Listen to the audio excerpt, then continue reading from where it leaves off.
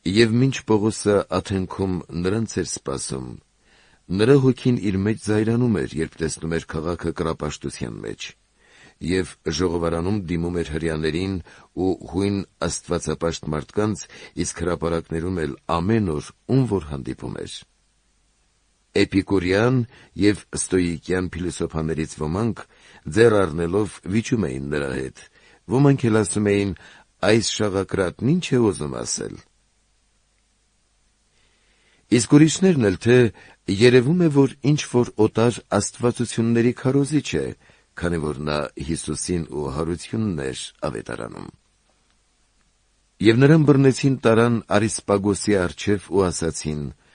«Կարո՞ղ ենք իմանալ, թե ինչ է այդ նոր վարդապետությունը, որ դու քարոզում ես.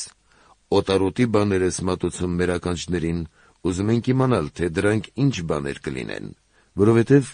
աթենացիք բոլորը, ինչպես նաև օտար եկվորդները, այլ բանով չէին զբաղվում, քան միայն ասելով կամ լսելով մի ավելի նոր խոսք»։